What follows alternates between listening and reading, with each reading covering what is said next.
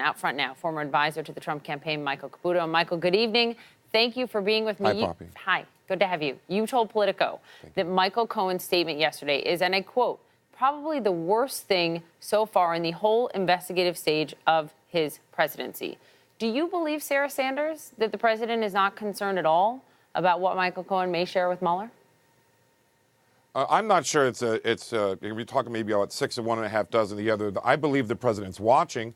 I believe that nobody knows better than the president what knowledge he shares with Michael Cohen. Mm-hmm. Michael Cohen has implicated the president in a campaign finance law violation, one that appears that the prosecution is going to trot out like they did against Senator John Edwards in 2012, mm-hmm. and it didn't end up well for the prosecution then. I'm not quite sure they'll be able to stretch it to the president, but what I said in Politico is this is as close as anything any investigation has come to implicating the president. Of course, there's absolutely nothing to do with Russian collusion here. Mm-hmm. It's a campaign finance violation that we're about to dig into, I think. Do you think the president today, Michael, did himself any favors, either with his tweets that were slamming Cohen and calling Manafort brave and praising him because he refused to, quote, break, or his explanation to Fox News saying, look, nothing wrong here, nothing to see here, the payoff was my own money? Did he do himself any favors?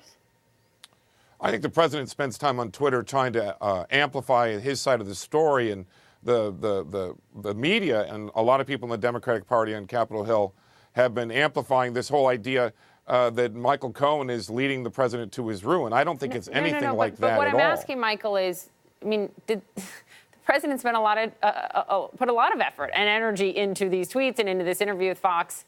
In what he said, his own words, did he help himself at all?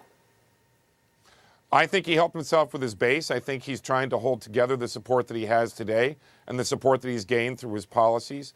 I understand what you're saying. I'm not always in favor of every tweet the president sends.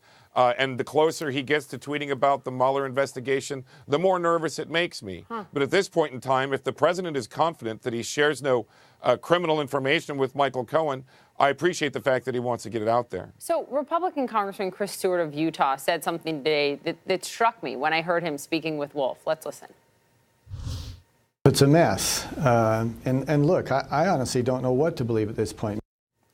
Is it a problem for the president to have members of his own party, conservatives like Chris Stewart, saying publicly they don't know if they can trust him anymore?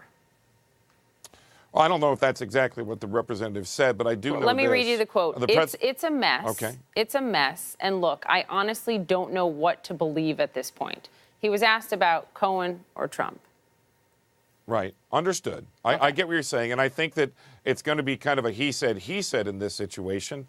It's going to be Michael Cohen, who pled guilty to lying to investigators, versus Donald Trump, who many in the media believe is not honest with the American people. No, it's going to be the tapes prove it. He has lied. We heard it. Caitlin Collins played it out today. I mean, they both lied. I understand what you're saying, but this is not Donald Trump versus James Comey, who has, somewhat of a reputation for honesty at the Department of Justice. I don't believe he's an honest man. This is Donald Trump versus Michael Cohen, an entirely different kettle of fish here.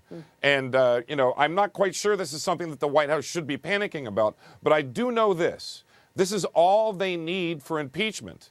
If the Democrats take over the House during the midterm elections, this indication coming out of the Southern District of New York, this charge is enough for them to run an impeachment against the president, even in the first quarter. It is interesting to listen to Democrats in Congress and the Senate and the House today, on with me and on with all of us all day, not saying don't go so quickly towards impeachment. Let's wait for the Mueller probe to play out. Let's wait for it to play out. Republican Senator Lindsey Graham, who, as you know, is a golf buddy of the president, said today to McClatchy it is, quote, too early to tell if Trump can be impeached.